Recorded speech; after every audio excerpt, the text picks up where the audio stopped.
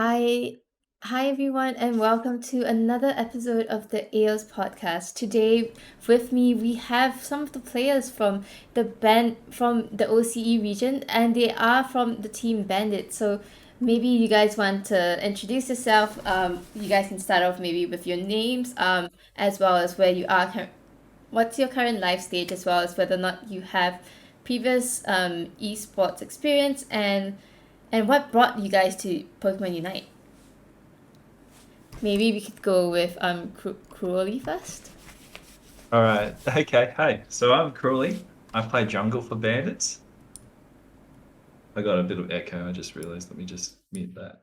But yeah. So I play jungle for the team. I've had a little bit of experience in the past. I've played League of Legends for maybe season 2. So I think it's up to. I don't even know what season it's up to at the moment. I think it's 11 or Uh, 12. 10, aren't they?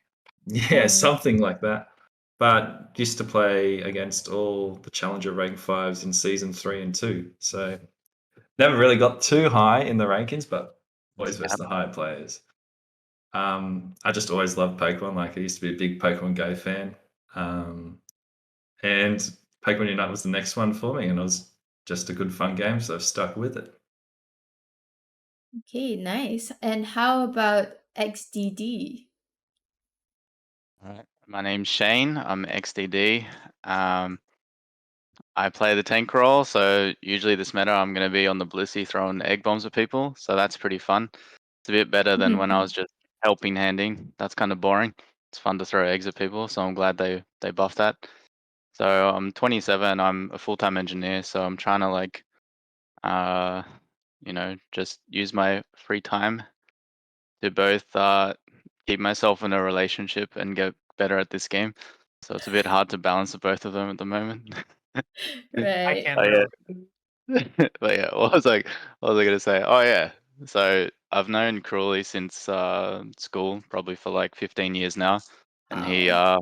I was playing League of Legends with him a lot back then, and he wanted me to install the game. I kind of wish I didn't, but here we are. But yeah, the name is kind of like, I don't know. I felt like I was gonna play it for like one day and be done, so I just made a stupid name, and here we are. So yeah, that's me. All The Unite right. addiction has got me. And how about Moopy? Hello, I'm Ubi. I am 26 years old. I work full time just for the government. But, yeah, I don't really have much past esports experience. All I really played was like Dota and Dota 2 and a bit of League. Never good at it. Everyone was too good. And yeah, I was pretty lazy, so yeah, but then this game came along and it was pretty fun. I met Carly through some Discord, and then XD one day was, I think I just mashed up with him, and then he came on the stream and then started talking there. So, and then met Crilly. So yeah, that's me. I just play attacker as well for these guys and girls. All right. And last but not least, how about you, Kylie? Hey, so I'm Kylie, or Wiley Kylie, whatever, strikes me in the moment. I am the support for the team. And yeah, I kind of just picked up Pokemon Unite as like on a whim with some friends during lockdown as a way of keeping myself sane. And then I kind of like met Moopy in Discord and stuff, and I impressed some of our mutual friends on the Shuckle Squad playing Right. Wigglytuff. And then yeah, I just kind of kept playing, and then suddenly found myself on a team and suddenly playing in Aeos Cup and stuff and winning some prize money. So in between my part-time job and my freelancing and the performing arts world, I am yeah nerding it up playing Pokemon, which is not something I thought would become, my day-to-day activity. But, here we are. Nice. Wow. So that's pretty interesting that you guys all kind of went through like either Cruelly or Moopy. Like there was some form of like connections before even kind of like getting into the game and playing with each other, which is pretty nice, I think. And I think that's like the main idea of Pokemon Unite as well, right? To kind of bring people together and just to come together to enjoy a game that everybody enjoys playing together with. So okay, I asked this question in the previous podcast, basically to Collateral Esports, and I think I'll ask you guys this as well. So you guys have talked a little bit about the roles that you guys play in Pokemon Unite, but what is a Pokemon that you want to see in this game for your role, and how do you think that will work out, or how does that look like in Pokemon Unite? I'd like to see Cramorant Jungle be more meta-defining. I think the burst would be pretty fun, but other than that, it's useless at the moment because there's too much diving comps and there's definitely so much better picks. But I just want to play Cramorant Jungle and not be the sole reason we lose the game. I have always said this, that I want to see Crowley on that Cramorant Jungle in the Aeos Cup, but I didn't get to see it, so unfortunate. But yes. Not in Aeos, I would have been sued. Well, we played Greninja top, so we could have played Cram Jungle. True. But I've played I think the first season I played 400 games of Cramorant just 400 games. because it's my favorite champion, but I can't. It's good fun, but there's a time and place for everything. Are you allowed to pick any Pokemon?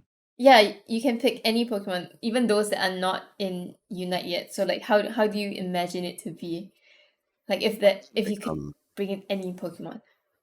I really like Grovyle, or Trico. Grovyle. I think that'd be a nice attacker, maybe. I don't know. It's one of my favorite Honestly, Pokemon. any of the Gen 3 starters would be really cool to see. But they keep adding weird Pokemon. They Weird. they kind of the design team behind Pokemon kind of said they wanted to pick Pokemon that aren't really featured in other games, or in other parts of the cultural zeitgeist as much, and they wanted to pick Pokemon that would have really weird battling styles, kind of with not so much Aegislash, but Crustle and stuff like that. He's and Greedent. They wanted weird looking, interacting Pokemon. It's the reason why they're not featured, I don't know. I didn't even know half the Pokemon until they came out. Yeah, Moopy's knowledge of Pokemon's amazing. Yeah, You should have seen him playing Legends Arceus. He's like, what is that? It's like it's a Pikachu, bro. It's like it's like a Glameow or something too. Or the Wurmple. I remember the Wurmple was like, what's this? I'm like, legit. I've never finished a Pokemon game in my life, but I will get to that one day. One day. Nice. How about Kylie? What Pokemon do you want to see in Pokemon Unite, and how do you think it will work? I want to see a Pokemon that will make Hooper not meta, because as much as I like playing support, I love playing support. I hate the fact that I'm forced onto this Hooper every single bloody game. So I would like to see maybe something I don't know, a Mew, maybe Unknown, something else that can either A, teleport around the map, or more importantly, B, can help move other members of your team around the map. So that Hooper isn't just this insta pick every game because he's the only Pokemon in the game that can teleport. I mean, they kind of nearly got there with Dragonite, but the range on Dragonite is not long enough to actually warrant you not playing Hooper. So I don't know. That's my one hope, because I like playing the Pokemon that XCD is playing a lot at the moment, Blissey and Wigglytuff. You guys need soft rolls.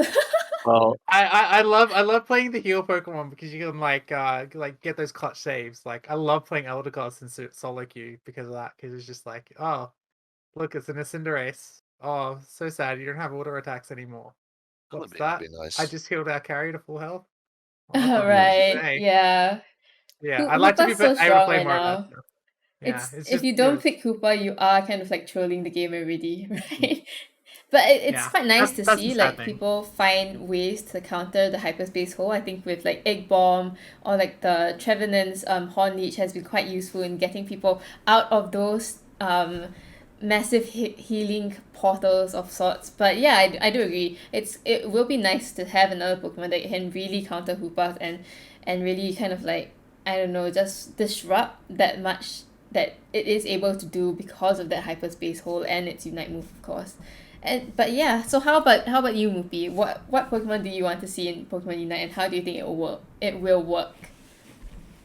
Well, besides Trico, I reckon Sceptile. That'd be pretty cool.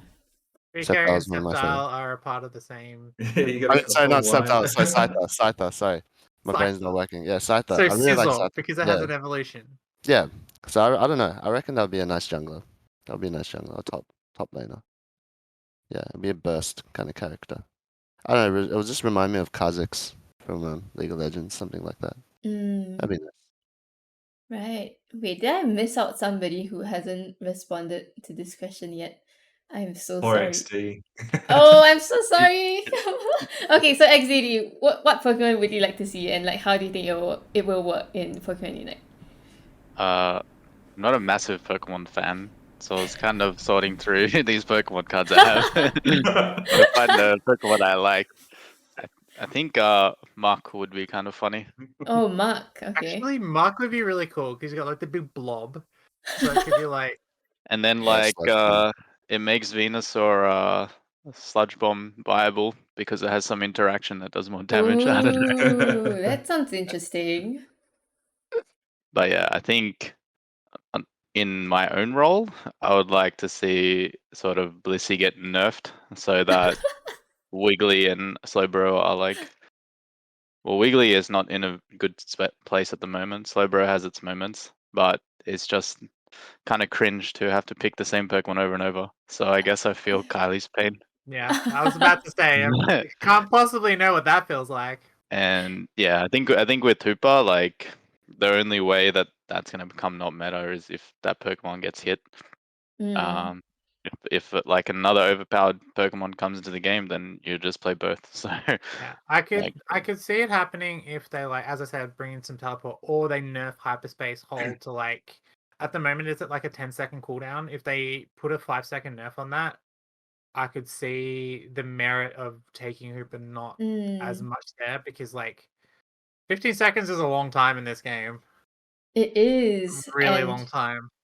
And you know, when it first came out, I was quite shocked at it because it kind of had that the hyperspace hole kind of worked like a ultimate move from Dota, right? Like from I think Underlord. Mhm. It's like literally his ultimate move, and you get it at level 4 instead, and you get to use it so much more. And I was like, oh my gosh, this is kind of crazy. But yes, I kind of feel the pain for both like the support and tank players for sure.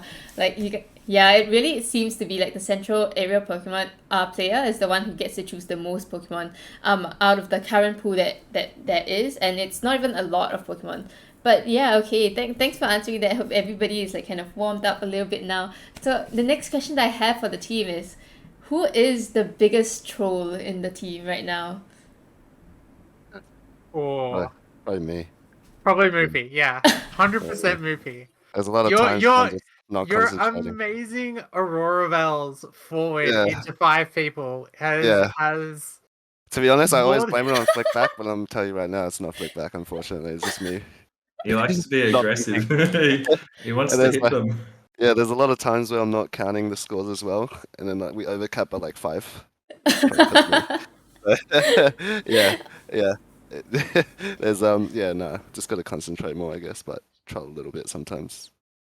I see. Wow, it's kind of funny to see like everyone in the team kind of agrees on that one person who's like the the troll of the team. But yes, and how about the biggest or the person who tilts the most in the team? Who is it?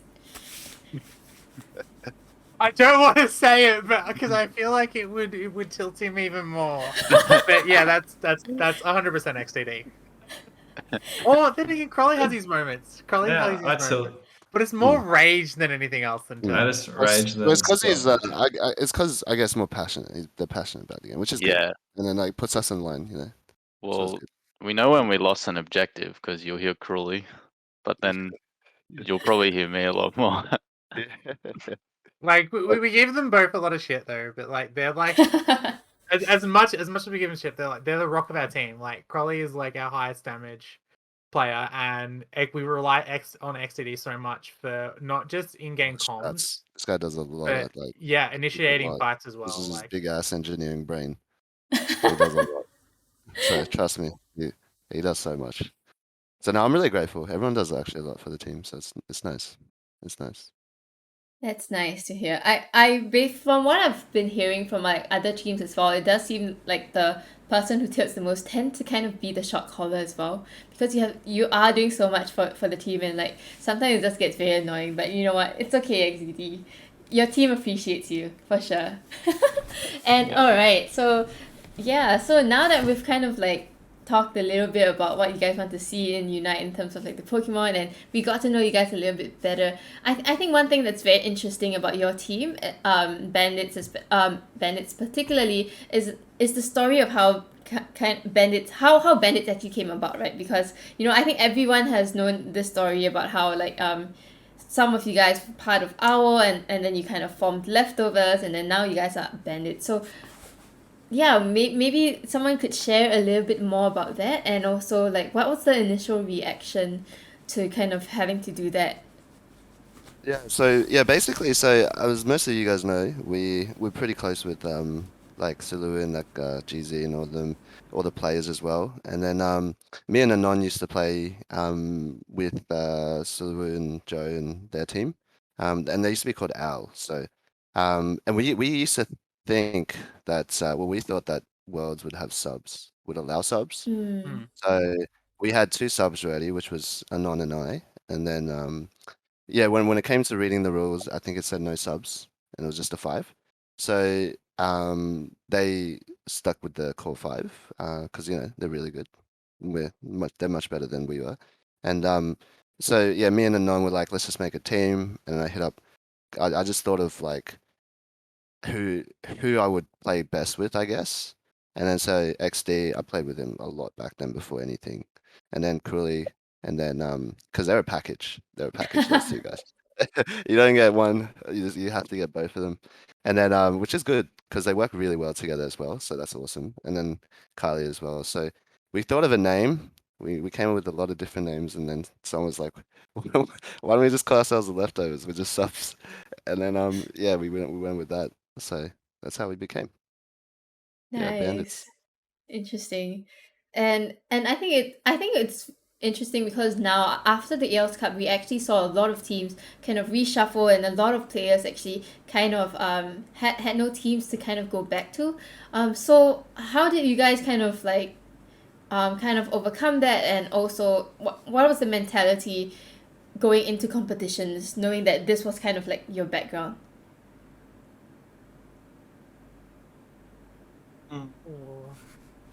I mean, like us as a team have always like had a drive to want to like try and go as far as we can, and we probably have a bit higher expectations of ourselves, like because of that. But I think, I mean, we've like every other team, we've had we've had rocky patches and stuff like that. But I think the desire to want to try and chase that dream, as it were, to like to make it to London, to make it to Worlds, is always still kind of be there, and that's kind of been like our guiding light almost. So I can't speak for the other guys, but for me at least, I've always been 100% all in trying to chase that dream, like to get to London, and I've always had Moopy, XD, and Krilly's back, like because of that, and trying to like work through issues. So I don't know, guys, like kind of help me out here. I kind of like just To started be honest, talking when no one else was. to be honest, like yeah, like well, when I created, well, when I just thought of these people, I didn't think we'd get like super far. I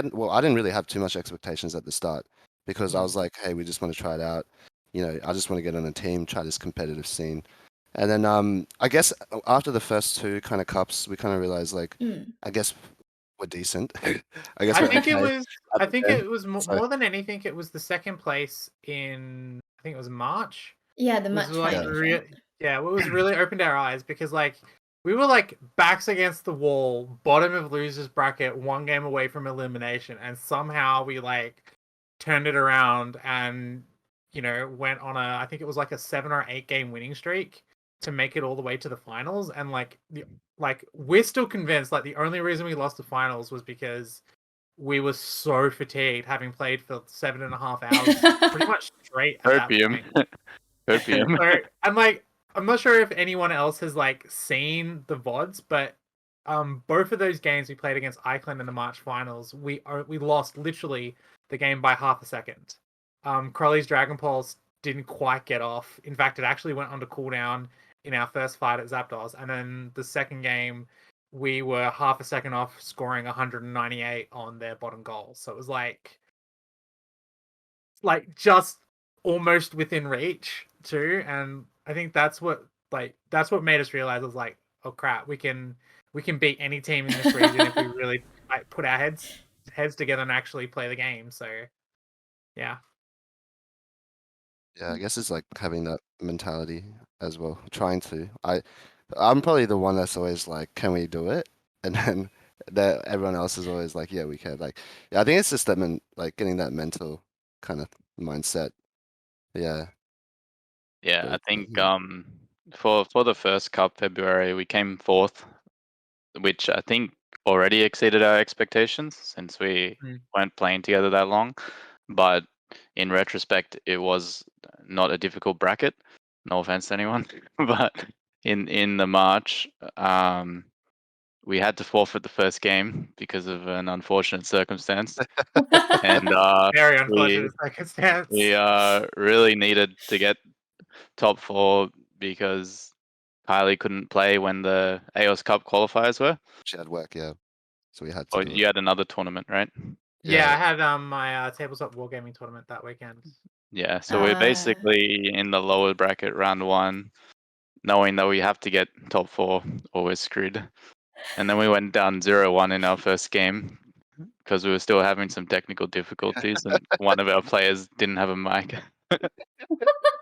So we basically like forfeited the first game, we're down 0-1, and yeah, I think that tournament like gave our team so much confidence because there was some teams in that tournament that we probably thought that we didn't have much of a chance against.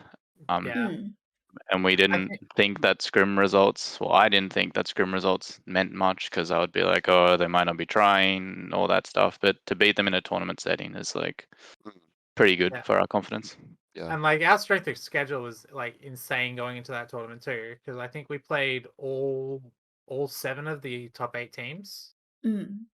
Yeah, we met with FYB, who's now CE, like pretty early in the losers bracket, so that game could have gone anyone's way, to be honest. Yeah. Yeah, and then we like picked up balance. Then we ran into GZ, and then we played G-Gen. Dynamax were actually kind of tough. Yeah, they were playing Decidueye, I think, before people had hopped on the train of Decidueye beats Duraludon. So we were kind of just getting destroyed, not realizing why. And then the very next day in the NAAS Cup, you know, Nemesis is playing Decidueye, Trevenant, and just doing work on everyone basically. Who picked Duraludon. And by the finals of that cup, I'm pretty sure Duraludon was not even played. Yeah. Which was interesting. And then since then it's been nerfed twice. Yeah. And people still want to pick it and wonder why they lose. Yeah. It's too slow the ticks now, like for the Dragon Pulse. It's way too slow. And I think too, people know how to play around the alt now. Like Duraludon ult, I'm still convinced it's the easiest ult in the game to cancel. Yeah. Like the amount of times I have seen XCD just walk up to a Duraludon, not do anything, just walk up and then just cancel the ult with Cute Charm on Wigglytuff. It's just been like. That's why it's so strong with Blissey. Same with Cinder. You always want to safeguard Cinder or Duraludon before they ult because they're so easily cancelable. Interesting. Yeah, and when I was doing the unofficial casting with Nagi and Kilo for the March finals, I think you guys really showcased like how much you guys have like the ability to do extremely well there. And I think this whole entire story just feels like one of the it's kind of like this underdog story that's kind of like going on at least in the OCE region, right? And I think that's really nice to see and get to like witness from the March finals. And I mean, doing pretty well, I would say, in the recent Aeos Cup as well, right? To actually qualify for the finals already for the cup that will be happening in next weekend, right? Next week. Oh jeez. Yeah, That cup- we're too nervous on camera. If they didn't stream the games, Well, we you would have guys won. are nervous. We would have won the AOS Cup if they didn't stream the games. Trust me. You guys are Exactly. nervous on camera. I was fine. I got had no debuff. issues playing on camera. That's not my first time. Everyone needs to start streaming so that they get used to like being on camera and do their best even if there's like a broadcast.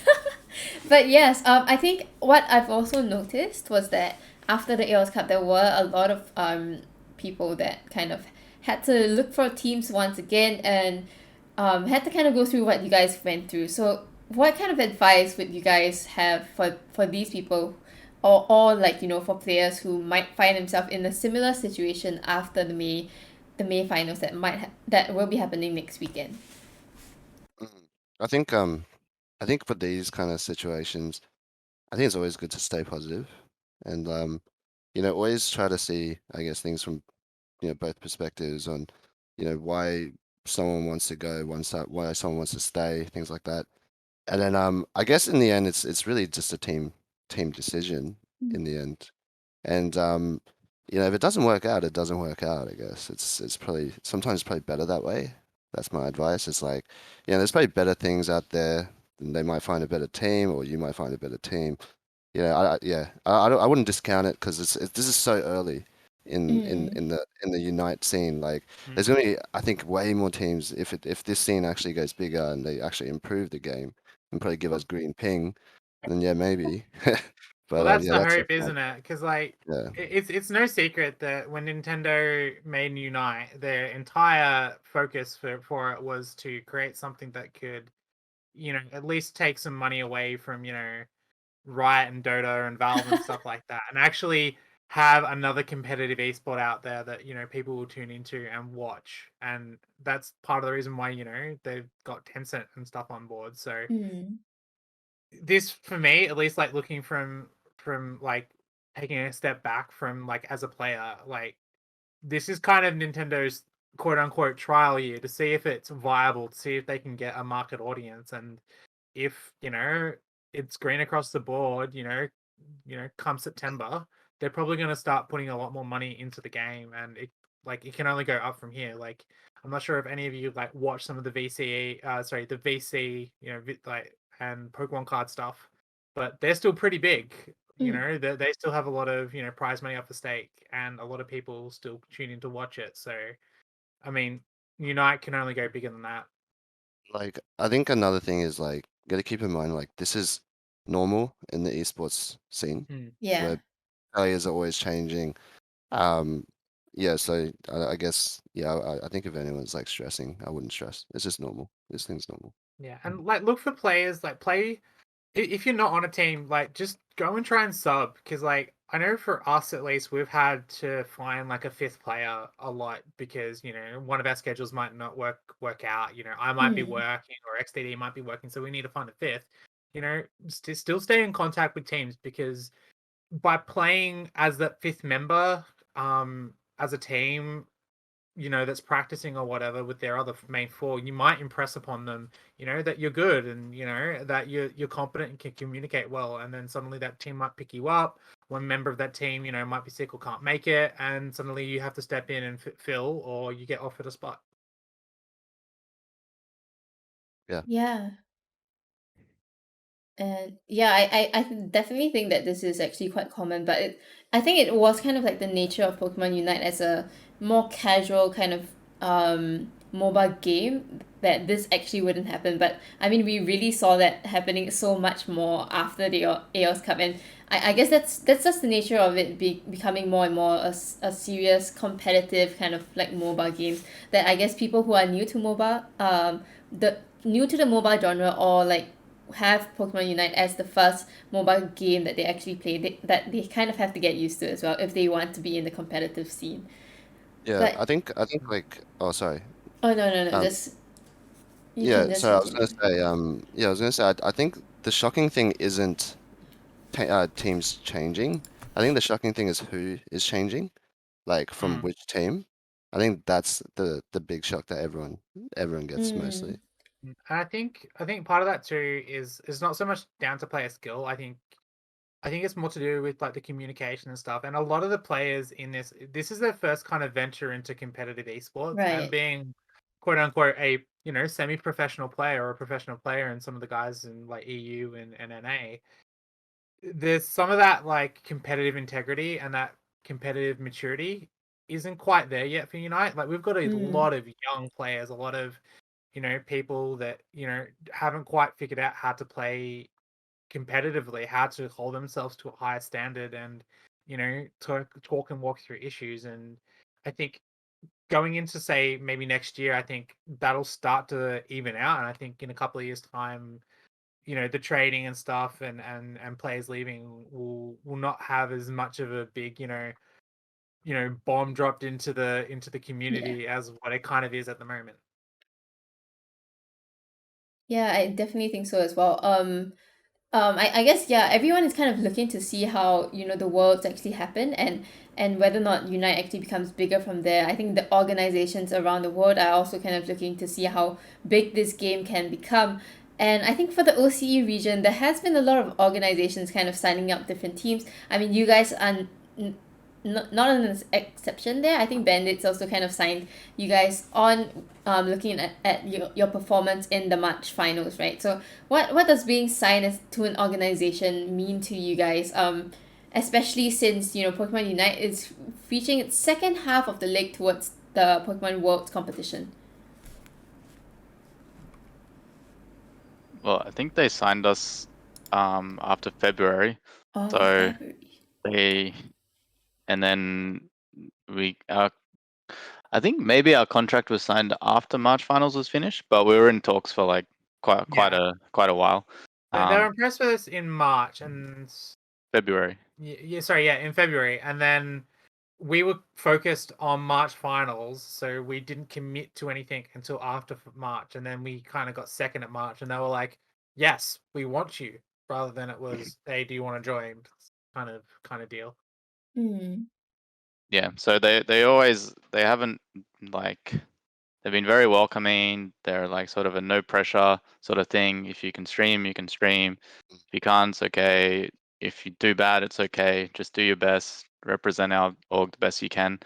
But obviously, even when they say that, there's still like inherently a lot of pressure that's going to be on your shoulders, thinking you're representing.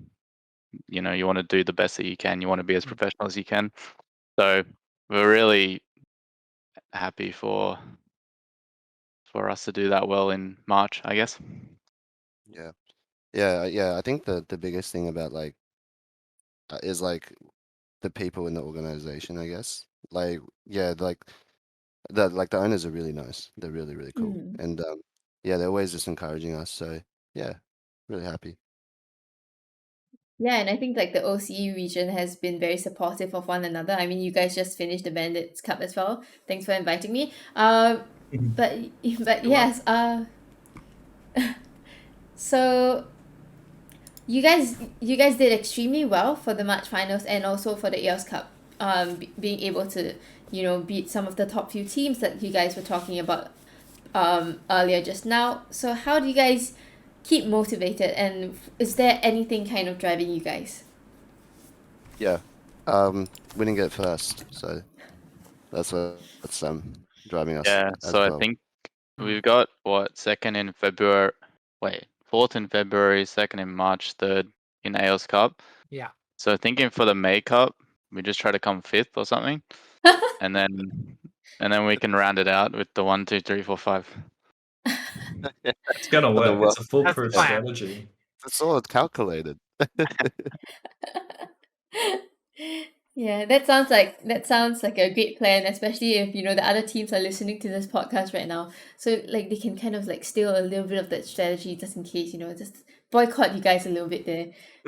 Well, it's the tagline of Pokemon, isn't it? Got to catch them all. Got to collect them all. That's right. One That's of right. each prize. The makeup will be interesting because I think there's not that much pressure on teams, to be honest. Teams can try new things. A lot of Yeah, team changes. it's only So, worth it for mm. championship points, and given Mm. there's only one spot for Worlds, you kind of have to beat everyone anyway. So, I know that championship points does matter, and it matters to have an easier bracket, but at the end of the day, you still have to beat everyone. So, I think this makeup, everyone's kind of a bit more relaxed, and the region didn't Yeah. get as many entries probably for that reason, that Mm. teams aren't as interested. There's no prize money, and they're starting to realize that it might be more worth their time to, I don't know, look at improving their roster or practicing directly for the regionals. Which I think is Agreed. a bit strange because on a like as a practice tool, being on a competitive stage, I feel is the best That's true. Yeah. indicator and the best way of getting that quote unquote practice. Like particularly for like the top 4 or 5 teams that are pretty much guaranteed to Worlds. Because I think we're guaranteed to make the regionals regardless of if we play May or not. So We should be, yeah. yeah, for the top teams, I can't see a reason not to play. Like even with championships aside, like it's a good opportunity to practice and try and try out new things on a competitive stage to see if it works or not, rather than going and playing solo queue, because most of the players will be in the tournament anyway, so they won't be in solo queue. So it's just a bit of a head scratch for me. I don't know. To be honest, like, I mean, at first, I was thinking, like, if you go all out in this next cup, everyone's going to be VOD reviewing, looking at the strats, things like Right. that. But either way, to be honest, like, the meta keeps changing every time a new Pokemon comes out. I mean, I don't know. Espeon came out recently. I don't think the meta's really changing from that, to be honest. Like, I honestly thought Espeon was decent, and then the whole team was like, nah, dude, it's shit. So, and then I tried it, I played it, and I was like, yeah, I don't know. But yeah, I just feel like the meta will just keep changing either way. So it'll be interesting. Yeah, they'll probably drop a massive update like the Yeah, week that'll be a huge before Big bug. regionals, That's and like, then they'll say, "Oh, we also realized there's this massive bug. We'll fix it the night before regionals, guys." what's new? What's new? That you guys have done this before, so you guys will be able to do it again if, let's say, that actually does happen, right? So perfectly fine. You guys have been through it before, lived through it, survived, and now you guys can tell the story to like the next generations. Okay, I'm just kidding, but but yeah, I do agree that it's quite interesting to see like the May finals being a little bit different in terms of like in the past in the other competitions before this, they were all kind of very focused about making sure that they do a really good job and people get noticed for it. And now it seems like it's more, the May finals is going to be more experimental. Like people are there to kind of just try things out a little bit, and in some sense not as I wouldn't say not as seriously, but like at the same time, like there is more room to do all this kind of plays and hypothesize and test all of these things that you've wanted to test but couldn't actually test before. So I think that's quite interesting, since like after that it will be the regionals, and that is really when everyone gets very serious about things. They have already tried out what they want to try out, and they go all out for that competition. But yeah, so yeah, you guys are talking a little bit about Espeon, right? So what are your thoughts on Espeon right now, and like how do you think it kind of fits in the meta or non-meta? Or what do you want to see for it to actually be part of like a meta? Because for me, I've been seeing Espeon used in ranked a little bit here and there, and you do see that Sylveon, Espeon kind of split jungle kind of thing. Not sure if you guys have seen that, or like yeah, just generally what are your thoughts on Espeon? Yours XD. I think generally it's very strong as a laner because of the secure, but I think it falls off pretty heavily. Maybe the main benefits are laning phase secure is really good. Ult is or Unite move is at level 8, which is easily achievable from the jungle. So you can have potentially a strong first red fight. But I think going into the later game in the Zapdos fight, it kind of just doesn't do enough. If you compare like an Espeon ult to a Blastoise ult, the Blastoise ult does, twice the damage, gives itself a massive shield. and the hard to Blastoise see. is like 10 times as tanky. So for me, Yeah. like I don't see like a way to pick Espeon, and I think most other teams. So I think in the recent G4 Cup, maybe the only team that ran it was TOS, which is Sanji's team, and I don't think they had much success with it. I think at the end of the day, like if you're winning with Espeon, it's not because you picked Espeon, it's because of other factors. So you just got to try to think about the game objectively and like what went right, what went wrong. I don't think that Pokemon's very good, in my opinion. See, this is why we need XD in the team. I didn't even know that the Blastoise ult did like twice the damage and the shield until he showed us. And then like, yeah, it was crazy. All the stats. I think it's just there's just better options. I think. Yeah. Yeah. I think Yeah, also you can't alt flash like Blastoise. You have to flash Right. alt, if I understand correctly. Yeah. Well, you look like a This sleep is person. why we have XD on the team. His big brain is. I'm just halfway saying basic brilliant. things. You just Googled it. Basic things. You need to see his spreadsheets and his like.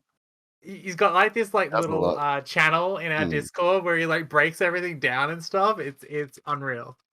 Unreal. We wouldn't be the same team without him. I'm not a lucky. tryhard. Very lucky. No one is saying that you are a tryhard. But yes, okay, yeah, I think that is quite interesting to hear. I mean, Pokemon Unite has released some Pokemon that have kind of like changed the meta a lot. I would say like Hoopa, Duraludon for the most part, until it got nerfed twice. But yeah, I think Espeon doesn't really fit in at this point. They probably need to kind of buff it a little bit. But I still feel that maybe I still generally feel that Pokemon without much of mobility just doesn't find its place in the meta right now. But yeah, what so in terms of like in terms of like the Pokemons available and all that kind of stuff, what kind of what do you want to see in the future of Pokemon Unite, like in terms of maybe like the formats or the skills and stuff like that? Very green ping. Some Yeah. service, some Dedicated server selection would be yeah. quite nice. I think honestly, going forward, it's almost a must to create a competitive scene, because there's nothing worse than, if you're an A being dragged across to Europe or South America, and there's nothing worse. Like we all know in OCE, being dragged into those C and Japan servers it just makes the game unfun, and you don't want to play it essentially, and you never want to alienate your player base. Like just losing Zap because of that like 2-second delay or something is so tilting. Like when like you're like ahead like 300 points and you're just destroying them, right? And it just comes down to that one little flip. And like there's two Decidueyes, like obviously our Decidueye has a 2-second delay. I don't know, it just gets tilting. So I reckon if they actually did have OC servers, there'd be a lot more players, or they would stay a lot, longer. Yeah, I think from my perspective, like I can understand C is a much bigger region with a bigger player base than OCE. So I can understand that if you want to go onto ladder, you're probably gonna queue against them and you're probably gonna get their ping. I'd like for there to at least be a chance that they get our ping. It seems like it never happens. Like it's literally 0% chance. But the one thing that annoys me the most is that you try to avoid all this stuff and organize scrims with OCE teams. Yeah. And you're still getting orange ping. That's the thing that doesn't make sense to me. Yeah, even the tournament, I think Aeos Cup with the stream, I think when they showed some of the players' perspective was a classic example of how rough it can be in OCE on our ping. Because like if you're in a competitive tournament, pulling orange ping, that's just not acceptable. Like to be perfectly honest, like you cannot have a competitive scene when you have ping like that. Like it's been proven in Dota, it's already been proven in League, like, and they went to great lengths, huge lengths to make it, get the ping down as low as possible to make it as land-like as possible, which in and of itself is, I think, something that they need to like going forward, that Pokemon Unite probably needs to aim for is start creating packages for LAN events, because I think that will change again the whole sphere of the game if suddenly players can play on LAN. I think Hmm. it's very frustrating for top lane players since usually you're playing Lucario Or Right. Aegis Flash, you know. and yeah. you just like it's very painful to play that on ping. And usually they're just saying screw it, I'm going pop. And and then like Right. now you're playing with a skill that like you're probably not going to use. It's just a bad practice experience in my opinion. Yeah. But yeah, in terms of like the formats and stuff for Unite, I think up until now all the games have basically been best of 3 with the finals being the exception. It's best of 5. I don't know if the schedule or how it's going for the regionals is out, but I think I don't know, best of 5 as a minimum for every game sounds like the way to go. Although, the timing might allow that not to be possible. I just I think think it's a higher in the game. bracket definitely needs best of 5s. Yeah, I mean, it's a game that's only 10 minutes long, which is extremely short for a MOBA, and it's a game that has a lot of variance, especially when you can just rip the zap. So I think Hmm. a good team can lose to a worse team in a best of 3, like very easily. Right. And I think that situation should try to be avoided. Yeah, and I think it gets evened out a lot more at best of 5s. Yeah. Too. Like, think of it this way: a single best of 5 in Pokemon Unite is the same length as one One game in game. like League or Dota. Yeah. Like if I'm versing a team who I think is going to destroy us generally, and it's a best of 3, I'm still feeling good about myself. If it's a best of 7, it's like doomed. And I agree. you're not going to take 4 games off a much better team, That's but you might true. take 2. Right.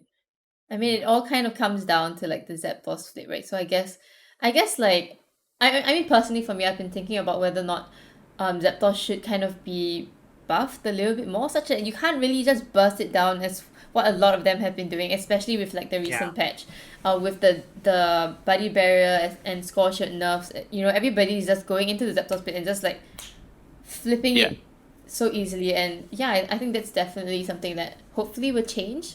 But I think for me as well, I think I am quite interested to see like a drafting phase, but like we haven't really seen that being used so much yet because there isn't a lot of Pokemons in the roster and all that kind of stuff. But yeah, would you guys be interested to see that more, or like how do you feel like it can be implemented in Pokemon Unite when the roster pool is so much smaller than games like League or Dota? I got some thoughts on it. I think picks and bans is 100% viable for League. Maybe not the bans just for Pokemon, because we've seen in League like way back when they only had a champion pool of around 40-50 in like season 1 and 2, picks worked fine. They didn't have bans, but picks worked 100% fine. There's enough Pokemon there to be able to pick around, and you would also stop some of that mirror match stuff happening too, which makes it more interesting for spectators to watch a game when they you're not seeing two Lucarios just punch each other in the top lane constantly, or seeing entire mirror matches up. And I Right. think as well, seeing Zapdos's health go up and something else on the map at the same time as Zapdos. I get that they want to encourage everyone to go to Zap and stuff, but you look at some of the other like big MOBAs and stuff like that, there is other things on the map you can play for in lieu of Zapdos. Say you don't want to take a Zapdos file, you can't, maybe you go for Rotom instead and try to hard push down top, break a goal and try and score on the main, or something like that. Something else to pivot around or play around rather than just Zapdos and backcaps, because it's very two-dimensional at this point. And if they add some sort of a third element, it will make the games a lot more fun to play for players and a lot more interesting for spectators to watch, because those 5 to 2 minutes would be very, very tense if there's more than just 2 avenues of attack to try and win the game. Yeah, instead of a home goal, you just have a Nexus, and then we can kill it while they're doing Zap. But yeah, on the Zapdos thing, I think the Pokemon that are like very popular now are like Blastoise, Aegislash is popular, Lucario is very popular, Blissey is like the best tank, Hooper as well.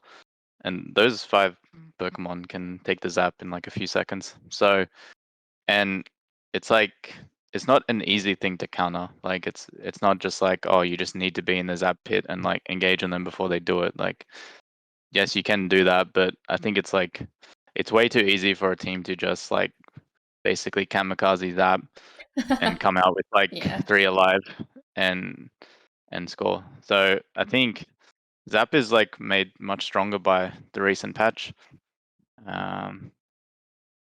What was I gonna say? Yeah, I've been saying for a while that they should just double Zapdos HP. Yeah. Mm, And yeah. superimpose the Zapdos health bar on top of everyone. They do it for every other game.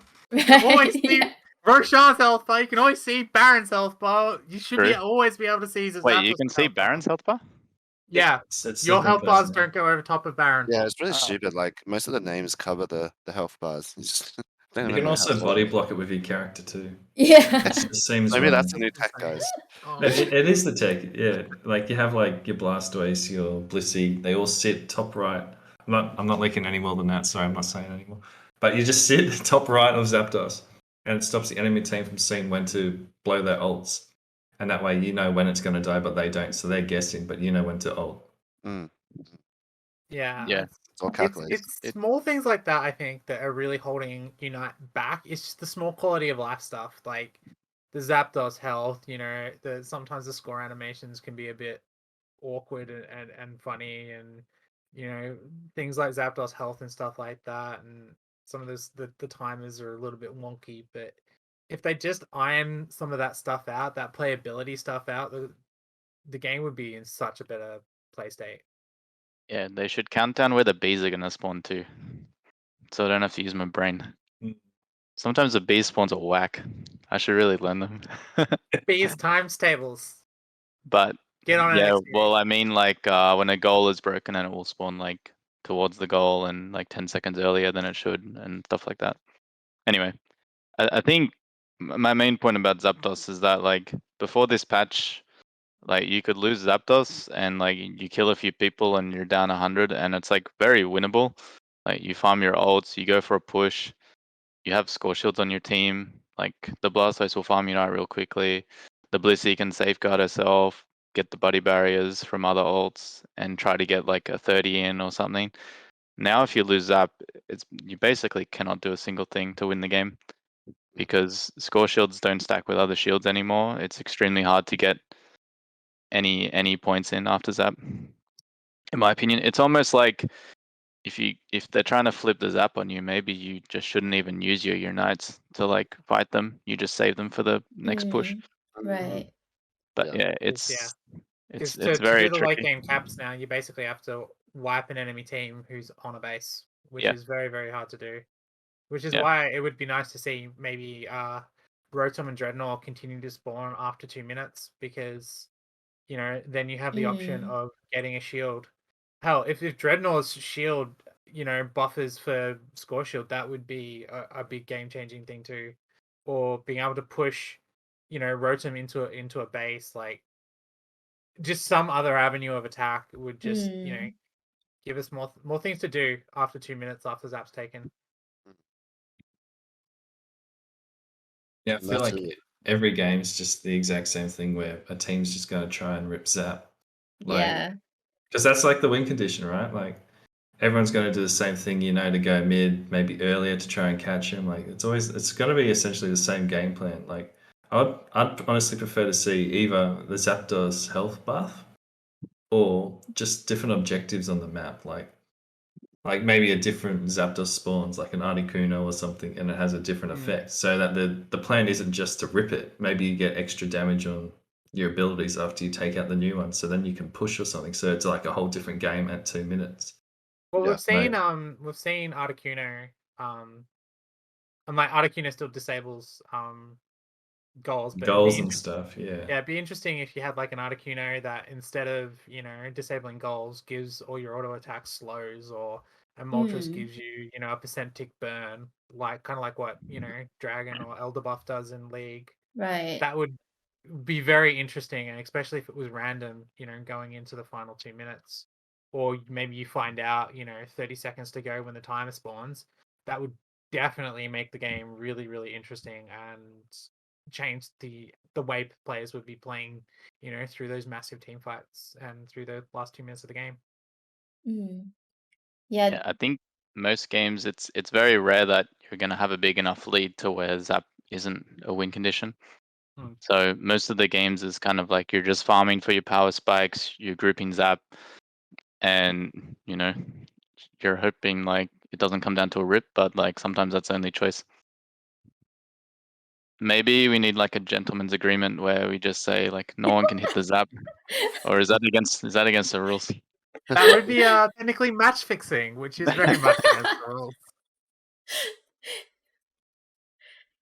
Yeah, you can only hit the Zap when someone's dead. Yeah, that would probably be something that you have to kind of work with the other team to decide on. And even then, even if you do that, they might not even follow what you guys actually agreed on in the game itself. So to your own risk, everyone. And yes, okay, so I'm kind of done with my own questions, but there are some questions from the Q&A. An anonymous person is directing this question to Kai. What do you feel about Talon nerf and then the score nerf respectively? Ooh. I mean, I started playing Unite on Talon, so I'm devastated to see not just one set of nerfs but 2 sets of nerfs on Talon. That's actually one of the things that I've commented on before that I think is really unfair with Unite is that they over nerf, whereas like specifically with like Talon, the fly nerf that they did ages back reduced not just the damage but the cooldown. One or the other I could understand doing, but both really just made the Pokemon very like almost unfun and hard to play.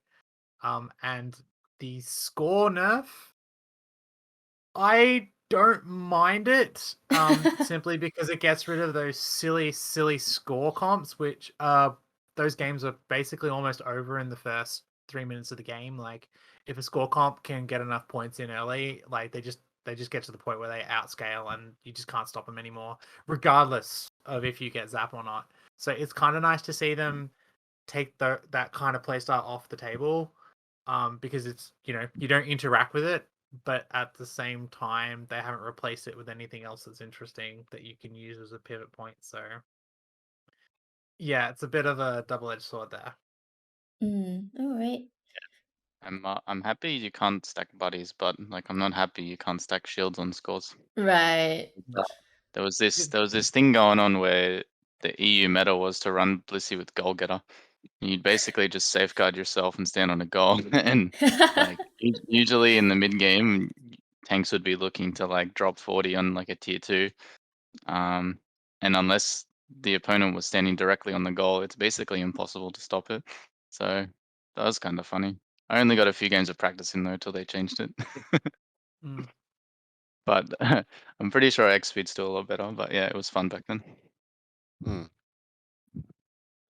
All right. And okay, they asked you like okay, so Kombu has a question for Moopy. How does he maintain his luscious locks? Guys, I'll tell you a secret. Guys don't need to use anything. Alright, we can use soap. I don't know, bar of soap, and I don't know. Our skin looks alright. I don't know. My skin's actually not good. It's the lighting, guys. But let me tell you, we don't even. I don't know. Yeah, it's just. Don't know. Yeah, Kombu was just kind of trolling in the questions, but yeah, wanted to kind of ask that a little because it was kind of cute as well. So okay, we do have one other question. Okay, actually there are a few, but let me see which one we can ask. Okay, so there's one question from Anonymous. Do you think that Pokemon Unite competitive player base has a lot more diversity and inclusivity versus other MOBAs in regards to like gender, race, backgrounds, etc.? 100%. Yes. Well, out of the 20 players in OCE, yeah, 100%.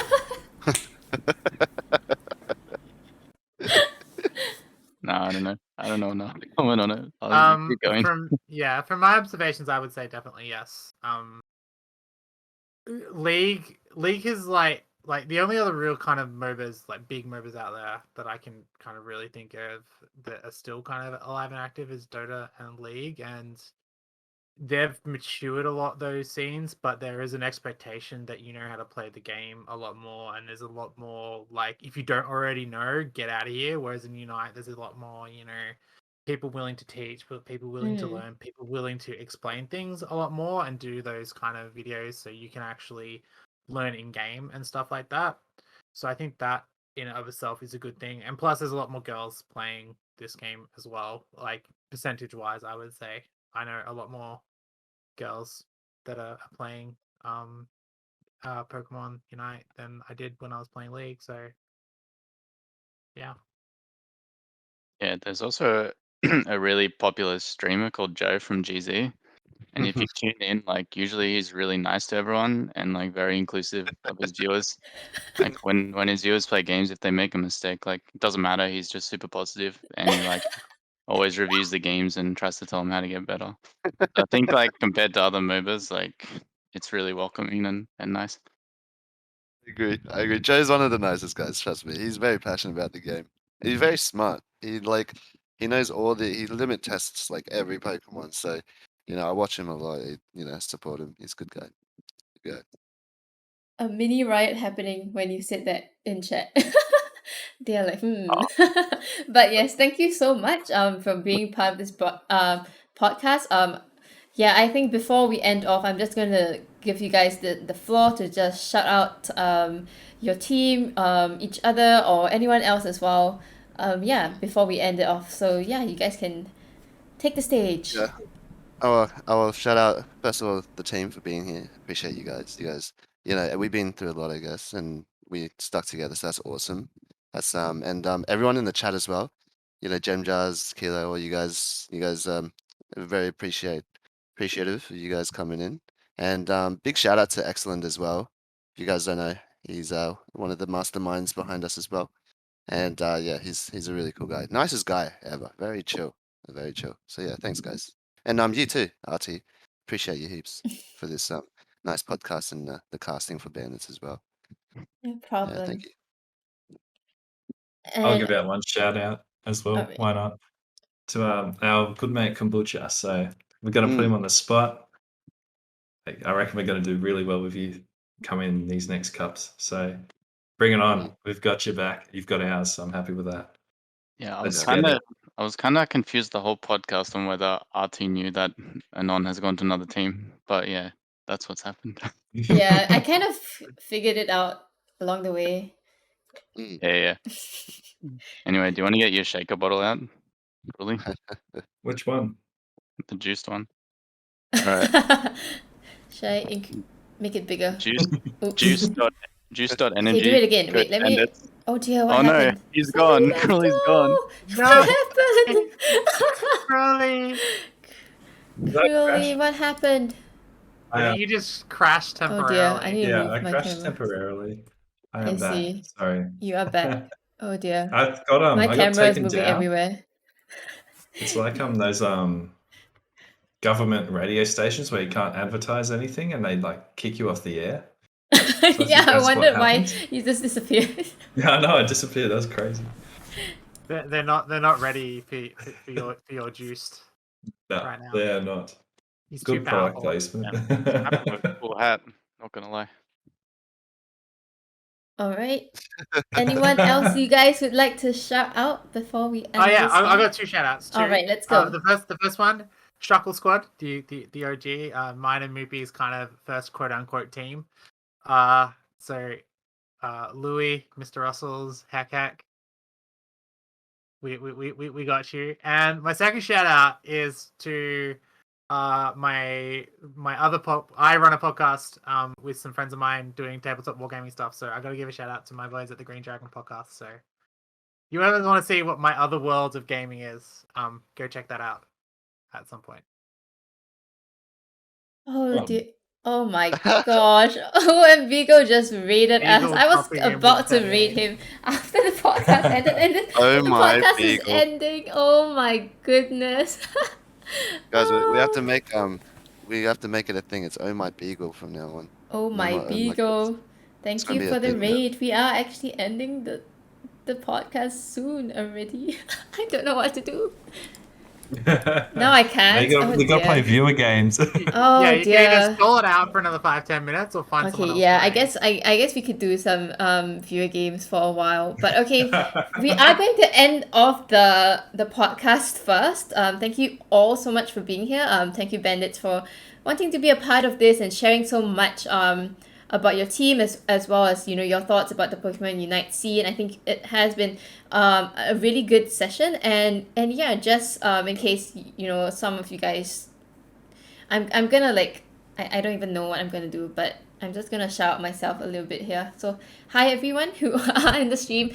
This is the Aeos podcast, and I'm Artisan here. I'm one of the shoutcasters for Pokemon Unite in the OCE as well as Southeast Asia scene. So yeah, and yeah, this is kind of just something that we run to kind of get the teams up a little bit more. Get to know the teams a bit more. I mean, for this region. So yes, okay, I need to kind of work on that. But yes, thank you guys for being here. We are gonna go for a short break first, and yeah, so for those who need to kind of go and get their sleep and all that, please go ahead and do that. Yeah, we'll be back shortly in like maybe 5 minutes or something. Bye. Bye Thanks, bye. Archie. Thanks, ya. Artie. Thanks, everyone.